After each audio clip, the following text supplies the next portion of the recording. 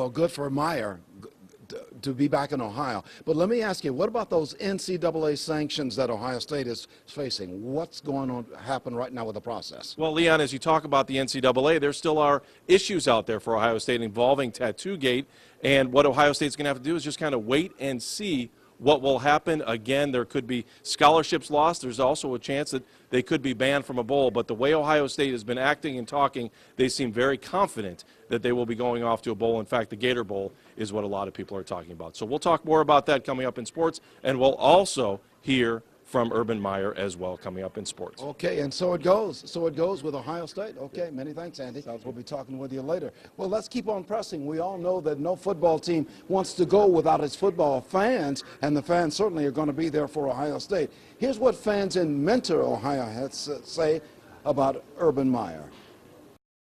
I think it's going to be a great thing for Ohio State and for Urban Meyer. He knows what he's doing. He did such a good job in Florida. I feel like it's going to give our team a huge boost in recruiting, first of all, so it's great. I'm extremely, extremely excited. I can't wait. Can't wait till next year. And once again, Ohio fans hope that Ohio State can be back on top in the Big Ten. That's how it goes. Lee? Thanks, Leon. Well, Urban Meyer grew up in Ashtabula, even played on the high school football team, and he still keeps in contact with friends here. You can bet that whole town is very excited tonight. News Channel 5's John Kosick joins us now, and John, Meyer coming back to Ohio, it's kind of completing a full circle here. It really is, Lee. You know, a couple years back I did a story with a bunch of the guys that Urban grew up with, and we talked at the time about what it would be like if he was Ohio State's coach, but at the time it was just talk. I mean, Urban was in Florida, Jim Tressel was completely entrenched here in Ohio, but a few years later, everything has fallen into place. This is big and great news, not only for all Buckeye fans, but here in Ashtabula as well, and for our school. The school is St. John and Paul, known simply as St. John when Meyer graduated in 1982. A trophy case, a shrine of sorts to this distinguished alum. David Rozo is not only the school's athletic director, but he's a former classmate of Meyer's. It says the Buckeyes got themselves a class act. He's very disciplined, and he gets the most out of his players. If you notice, wherever he's gone, he's been a winner, and he's a winner.